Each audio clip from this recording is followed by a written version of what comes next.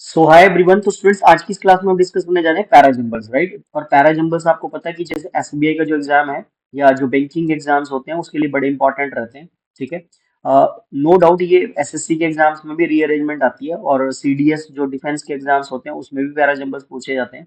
But उसमें जो level रहता है वो थोड़ा सा आसान लेवल का आता है पैराजम्बल्स, राइट। आज हम एक बैंकिंग स्पेशल जो है एक पैराजम्बल्स को सॉल्व करेंगे और देखेंगे उसमें कैसे इसको टैकल करना होता है। इस क्वेश्चन को आप पेपर में कैसे अप्रोच कर सकते हो। जैसे कि आप देख सकते हैं कि यहाँ पे आपके सामने जो है 5 to 6 statements are written over here, जैसे A B C D E और F, राइट। अब ये हमारे सामने 6 एग्जाम्पल्स मेंशन्ड है। अब बैंकिंग के एग्जाम्स में कुछ इस तरह से ही पैराजम्बल्स पूछे जाते हैं। 5 to 6 एग्जाम्पल्स आते हैं, सेंटेंसेस पूछे जाते हैं और वहां पे पूछा जाता है कि out of these statements which could be the opening sentence. इसमें से पहला कौन सा होगा, फिर सेकंड कौन सा होगा, थर्ड कौन सा होगा, fourth, then fifth and sixth, right. मतलब ये एक जंबल फॉर्म में होते हैं। So you have to arrange all the sentences and you have to make one meaningful paragraph, right. अब इसको करने के सबसे पहले तो मैं थोड़े से आपको पॉइंट्स बता देता हूँ कि how you people can tackle this particular question, right. तो सबसे पहले देखो, आपको जब हम रीअरेंजमेंट की बात करते हैं तो आपको सबसे पहले जो ढूंढना होता है स्टूडेंट्स, ठीक है, वो ढूंढना होता है ओपनिंग सेंटेंस, राइट। अब ओपनिंग सेंटेंस जो है, ओपनिंग सेंटेंस कौन सा हो सकता है, ठीक है। ओपनिंग और ओपनिंग सेंटेंस जो है आपका, एक आपको हमेशा ही ध्यान रखना है कि आपको इंट्रोडक्टरी सेंटेंस ढूंढने की कोशिश करनी है रीअरेंजमेंट में, ठीक है। इंट्रोडक्शन, जैसे हम एक सेंटेंस बनाते हैं तो उसमें भी एक सब्जेक्ट को लिखा जाता है सबसे पहले, फिर सब्जेक्ट लिखते हैं, फिर उसके बाद वर्ब लिखते हैं, देन हम उसका ऑब्जेक्ट लिख देते हैं, तब एक सेंटेंस फॉर्म होता है, राइट। तो you have to find out the opening statement. जैसे ये सेंटेंस लिखे हैं तो हमें यहाँ पे पता करना है सबसे पहले, सपोज आपके जब भी आप जंबल को सॉल्व करोगे तो आपका पहला जो टारगेट होना चाहिए वो यही होना चाहिए कि इसमें पहला सेंटेंस कौन सा होगा, राइट। अब ओपनिंग सेंटेंस को ढूंढने के कई मेथड होते हैं। देखो, नाउन पहला हो सकता है, ठीक है। आप नाउन को एकदम क्लिक करो कि यार नाउन कहाँ पे है इस सेंटेंस में। नाउन के थ्रू आप इसकी शुरुआत को पकड़ सकते हो, ठीक है।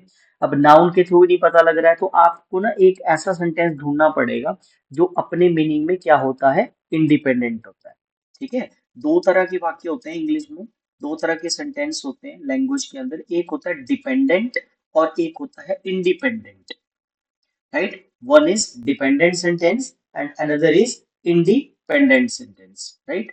तो इंडिपेंडेंट सेंटेंस को ढूंढने की आपने कोशिश करनी है कि कौन सा ऐसा सेंटेंस है जो अपने मीनिंग में स्वतंत्र है, जो अपने मीनिंग में कंप्लीट है, राइट। वही आपका इंट्रोडक्टरी भी, उसको आप चाहे इंट्रोडक्टरी सेंटेंस बोल लीजिए, चाहे उसको आप इंडिपेंडेंट सेंटेंस बोल लीजिए, तो उस सेंटेंस को हमेशा ही ढूंढने की कोशिश करो, राइट। अब देखो यहाँ पे 3 तरह के वर्ड्स, ये तो रहा है ओपनिंग सेंटेंस को ढूंढने का मेथड। फिर इस जंबल का आंसर क्या है उस पर हम बाद में आएंगे, थोड़े से आपको टिप्स एंड ट्रिक्स की बातें बता रहा हूँ, राइट। तो ओपनिंग सेंटेंस हम नाउन के माध्यम से ढूंढ सकते हैं, हम इंट्रोडक्टरी सेंटेंस को पकड़ सकते हैं, इंडिपेंडेंट सेंटेंस आपको ढूंढना है कि कौन सा सेंटेंस इसमें पहला हो सकता है, राइट। उसके बाद आपको ये 3 तरह के वर्ड्स पे काम करना है। जो मिडल वाले सेंटेंस होते हैं, ठीक है, उसको हम पेयरिंग के थ्रू हिट करते हैं, पेयर बनाते हैं, ठीक है। तो there are 3 types of words in parajumbles. One is addition showing connector होते हैं, कॉन्ट्राडिक्टरी कनेक्टर होते हैं, कॉन्ट्राडिक्शन को जो बताते हैं, और रिजल्ट वाले होते हैं। नो डाउट ये मैंने सारे आपको लिख के मैंने थोड़ा सा यहाँ पे दिया भी है, कंटेंट मेंशन करा है मैंने इस पीपीटी में, राइट। कि एडिशन कौन से करते हैं। एडिशन क्या होती है स्टूडेंट्स, मतलब आप जोड़ रहे हो किसी चीज को, एडिशन कर रहे हो। So first of all, addition showing जो कंजंक्शंस होते हैं, you have to keep all these conjunctions in your mind, like with, as well as, moreover, together with, also, along with, through, in addition to, besides। First आएगा तो second भी आएगा, pair बनेगा। Farmer के साथ letter का pair होता है, गुड एडजेक्टिव की जो डिग्री है उसके साथ मैटर का पेयर बनेगा, राइट। तो ये जितने भी वर्ड्स है ना, ये हमेशा ही क्या शो करते हैं, ये एडिशन को बताते हैं। एडिशन मतलब कहीं किसी सेंटेंस में मान लो बिसाइड्स आ गया, तो इसका मतलब ये सेंटेंस पहले नहीं लिखा जाएगा, इससे पहले एक और सेंटेंस आएगा।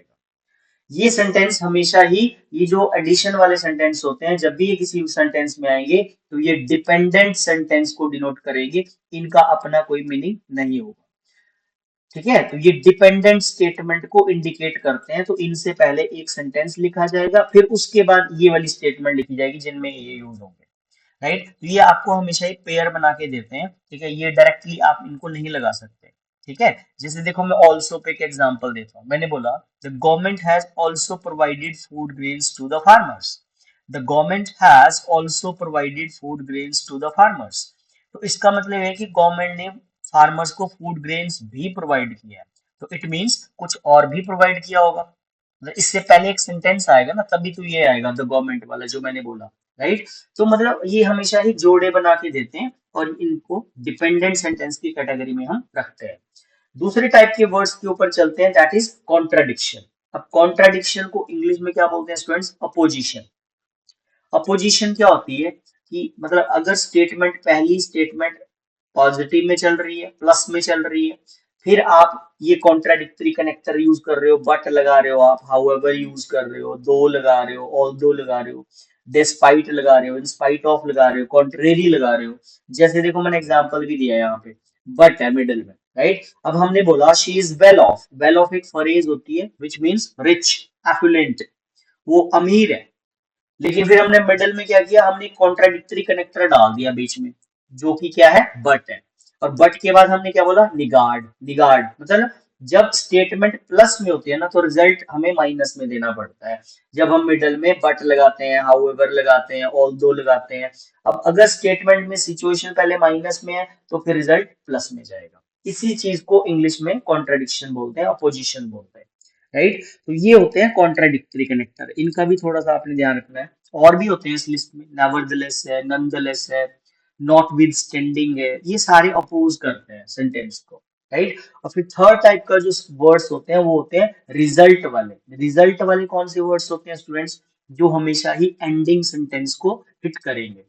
जब भी कभी आपने ऐसा देखा, हेंस आ गया, दस आ गया, है ना, hence, thus, finally, at the end, in a nutshell, summarising, तो ये ऑब्वियस है कि ये जो है हाउएवर, देयरफॉर, तो ये एंड को बताते हैं, मतलब एंडिंग वाले सेंटेंस होते हैं मोस्ट ऑफ द टाइम में, ठीक है। तो ये थोड़ा सा आप जो है देख लेना, इसकी जो और मैंने कुछ सैंपल क्वेश्चंस भी रखे होंगे, दो तीन तरह के जंबल्स, दो तीन जंबल फॉर्म एसबीआई के लिए, ठीक है, मैंने आपको डिस्क्रिप्शन में लिंक मिल जाएगा, तो वहां पे आप इसको ओपन कर सकते हो। अभी हम इस क्वेश्चन को सॉल्व करते हैं। देखो सबसे पहला जो क्वेश्चन है, ए वाली स्टेटमेंट, ये वर्ड स्टार्ट कर रहा है मोर ओवर से, राइट। अभी आपको बताया कि मोर ओवर देखो एडिशनल वर्ड होता है, मोर ओवर एक एडिशन को शो करने वाला वर्ड होता है, तो मोर ओवर से सेंटेंस स्टार्ट नहीं हो सकता, तो मतलब पहला सेंटेंस ए वाला हमारा ओपनिंग नहीं है। अब अब ये डायरेक्ट नहीं करने होते हैं आपको ना, यहाँ ऑप्शन भी चेक करने होते हैं। जब आपने देखा कि यार मोर ओवर तो एडिशन शो करता है, ठीक है, और ए वाली ऑप्शन से देख चेक करो, ये पहला हो नहीं सकता, तो इसका मतलब फर्स्ट ऑप्शन हमारी यहाँ पे एलिमिनेट हो जाएगी, ए ऑप्शन ही आएगी यहाँ पे, क्योंकि जो आप देख सकते हो ए वाली जो ऑप्शन है वो ए से स्टार्ट कर रहा है, मतलब सीधा ही बोल रहा है A B C D E F, ये गया, ये नहीं आएगा। अब बी वाली ऑप्शन स्टार्ट कर रहा है दिस ट्रेंड से, राइट, दिस ट्रेंड, चार हमेशा ध्यान रखना है, फोर ऐसे आपके डेमोन्स्ट्रेटिव प्रोनाउन चार होते हैं, कौन से होते हैं? दिस होता है, ठीक है, मैं आपको बता देता हूँ, एक दैट होता है, एक आपका दीज होता है, और एक स्टूडेंट्स आपका दोज होता है। ये जो डेमोन्स्ट्रेटिव प्रोनाउंस होते हैं स्टूडेंट्स, इनसे भी जब कभी कोई सेंटेंस स्टार्ट होता है, ठीक है, जैसे यहाँ पे बोल रहा है this trend, so demonstrative pronoun can never be the opening sentence in parajumbles and can never be the ending statement in parajumbles. This, that, these, those. अब बोल रहा है this trend, ठीक, ये वाला जो ट्रेंड है, ट्रेंड मतलब फैशन बोल सकते हैं हम, तो कौन से ट्रेंड? ये डिपेंडेंट सेंटेंस है पहला, राइट, मतलब बी वाली स्टेटमेंट डिपेंडेंट है, ये आ ही नहीं सकता पहले, क्योंकि हमें यहाँ पे क्लैरिटी नहीं हो रही कि कौन से ट्रेंड की बात कर रहे हैं, ठीक है। सी वाला हो रहा है पब्लिक सेक्टर एंटरप्राइजेस, पीएससी, ये पहला हो सकता है। अब आप ऑप्शन भी चेक कर लो, बी से कोई ऑप्शन तो चलो नहीं स्टार्ट कर रहा, ठीक है, बी वाली ऑप्शन दिस ट्रेंड से तो कोई ऑप्शन स्टार्ट नहीं हो रहा है। ए से जरूर कर रहा था जिसको हमने एलिमिनेट कर दिया, राइट। अब पब्लिक सेक्टर एंटरप्राइजेस, ये पीएससी वाला जो क्वेश्चन सेंटेंस है, ये हमारा ओपनिंग बनेगा, क्योंकि ये नाउन है, how, right? Noun is the name of a person, place or a thing. So public sector enterprises, PSCs, ये मतलब एक नेम है, ठीक है, पब्लिक सेक्टर एंटरप्राइजेस को बोला जा रहा है, तो ये कंप्लीट नाउन है। तो अब हमारा जो डी वाली ऑप्शन है वो भी एलिमिनेट हो जाएगी, क्योंकि वो तो एफ से स्टार्ट कर रहे हैं, एफ से तो ये डायरेक्ट स्टार्ट नहीं हो सकता। अब हमारे सामने दो ही ऑप्शन बचे हैं, या तो आंसर बी होगा या तो आंसर सी होगा। अब आपको चेक करना है, पब्लिक सेक्टर एंटरप्राइजेस बोल रहा है पीएससीज have experiencing severe challenges in attracting, motivating and retaining their key staff, right. अब देखो हमेशा ध्यान रखना, रीअरेंजमेंट में पैरा जंबल्स, जंबलिंग अपना जो लिंक होता है वो हमेशा खुद ही देती है, चाहे वो छोटा सा ही लिंक क्यों ना हो, ठीक है। अब आप कुछ ऐसा चेक करो सी सेंटेंस में, यार कोई ऐसा वर्ड है जो किसी और सेंटेंस में आ रहा हो, कहीं पे कोई इसका लिंक बन रहा हो। तो अगर मैं ढंग से देखूंगा तो ये जो एंड में बोल रहा है retaining their key staff, right, retaining their key staff, इसका जो कनेक्शन है वो एफ वाली स्टेटमेंट में, देखो आप यहाँ रिटेन वर्ड आ रहा है नीचे, आ रहा है कि नहीं, ठीक है। बोला employees in specialist roles specially have become increasingly difficult to retain. पहले तो बोला है कि पब्लिक सेक्टर एंटरप्राइजेस को, मतलब वो सीवियर चैलेंजेस को फेस कर रहा है पीएससी, ठीक है, क्योंकि उसको अट्रैक्ट करने में, मोटिवेट करने में और अपने स्टाफ को रिटेन करने में उसको प्रॉब्लम हो रही है। वो अट्रैक्ट नहीं कर पा रहा, मोटिवेट भी नहीं कर पा रहा और रिटेन भी नहीं कर पा रहा, मतलब वहां से लोग जो है जा रहे हैं उसको छोड़ के। अब ऑब्वियस है, कोई भी जो फर्म होती है, कोई भी जो कंपनी होती है, उसमें कुछ स्पेशलिस्ट रोल्स वाले बंदे भी होते हैं। जैसे कोई कंपनी है तो उसमें दो चार बंदे ऐसे हो मिलेंगे आपको जिनकी अहम भूमिका होगी, जो अच्छी पोस्ट पे होते हैं, जो बैकबोन माने जाते हैं उस कंपनी की, ठीक है। तो उसी तरह हो रहा है कि पीएससी में जो स्पेशलिस्ट रोल्स वाले जो एम्प्लॉइज हैं उनको इंक्रीजिंगली डिफिकल्ट हो रहा है रिटेन करने का।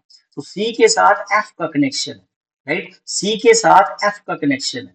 तो ऑब्वियस है सी के साथ यहाँ बी वाली ऑप्शन में तो ई दे रहा है, ठीक है। तो सी के साथ एफ का कनेक्शन है, तो आंसर बन गया हमारा यहाँ पे ऑप्शन नंबर सी, ठीक है। तो ये दो सेंटेंस से भी अगर आप इसको कनेक्ट करोगे तो आप अपने राइट आंसर को अप्रोच कर जाओगे। ऐसा जरूरी नहीं होता कि सारे ही सेंटेंसेस आपको अपने माइंड से माइंड यूज करना है तब सारे बनाने हैं। अब देख लो सी के बाद यहाँ पे मुझे कंफर्म हो गया कि एफ आएगा, जबकि यहाँ पे सी के बाद ई दे रहा है।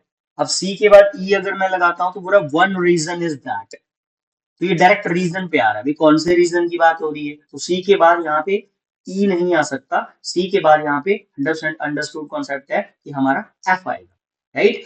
अब फिर भी अगर आपको डाउट है तो आप इसको कंप्लीटली पढ़ सकते हो। सी के बाद आपने एफ पढ़ा, एफ के बाद देखो फिर कई बच्चे यहाँ पे ई लगाने लगते हैं, एफ के बाद ई नहीं आएगा, एफ के बाद बी जाएगा। क्यों? क्योंकि बोला this trend should be a wake up call for the stakeholders to examine why employees are seeking better opportunities with private company in India and abroad. अब देखो बी वाला जो ऑप्शन है उसमें एक सवाल पूछा गया है, व्हाई, कि एक वेकअप कॉल है स्टेक होल्डर्स के लिए ये जांच करने की कि क्यों जो है एम्प्लॉयज सीख करते हैं अच्छी अपॉर्चुनिटीज की प्राइवेट और प्राइवेट कंपनी में इन इंडिया एंड अब्रॉड। अब ये जो क्वेश्चन है स्टूडेंट्स व्हाई, इसका जो आंसर है वो दिया गया है ई में, इसलिए फिर सी के बाद हमारा एफ आया था, मतलब ये वाला आंसर था, ठीक है। सी के बाद एफ आया था, फिर उसके बाद बी था और बी के बाद फिर ई है। अब इस वाई का जो आंसर है वो यहाँ दिया हुआ है, कि उसका पहला कारण ये है कि जो यंग एम्प्लॉइज हैं वो ललचा जाते हैं प्राइवेट फर्म्स की तरफ और जो है प्रोफेशनल रिस्क लेने से भी नहीं कतराते। फिर ये ई के साथ ये जो बी वाली स्टेटमेंट है ये कर रहा है एडिशन, सॉरी ए वाला, ए वाली जो स्टेटमेंट है मोर ओवर वाली, ये कर रही है बेसिकली एडिशन। क्योंकि मैंने आपको बताया कि मोर ओवर जो वर्ड है ये क्या करता है, ये एडिशन करेगा, ये जोड़ेगा, ये पेयर बना के देगा आपको। तो ई के साथ ए का पेयर बनेगा, फिर ई के साथ ए का पेयर बनेगा, मोर ओवर फिर इसमें इसने सैलरीज का कंपटीशन बताया कि जो प्राइवेट फर्म्स होती हैं, कंपनीज होती है, उसमें सैलरी, उनमें सैलरीज ज्यादा होती है एज कम्पेयर टू पीएससीज। फिर जब इसने सारे आइडेंटिफाई कर लिए तो फिर जो डी वाली ऑप्शन बची ये हमारी फाइनल स्टेटमेंट चलेगी, ठीक है, having identified these as the reasons why employees leave PSCs, right? So I hope आपको ये पैराजंबल समझ आया होगा। तो तीन तरह के वर्ड्स पे आप काम करिए। एडिशन वाले वर्ड्स आपको पता होना चाहिए, people must know which are the additional addition showing connectors, which are the contradictory connectors and which are the result showing conjunctions. So I hope आपको ये समझ आया होगा, ठीक है। इसके लिए थोड़ा सा इसकी जो पीडीएफ है, ठीक है, थोड़े से नोट्स मैं इसके और भी आपके इस वीडियो के नीचे लगाऊंगा, तो आप जो है बेसिकली उनको देख सकते हो प्रैक्टिस करने के लिए। Thank you very much. Thanks for watching. Please like and share. Thank you.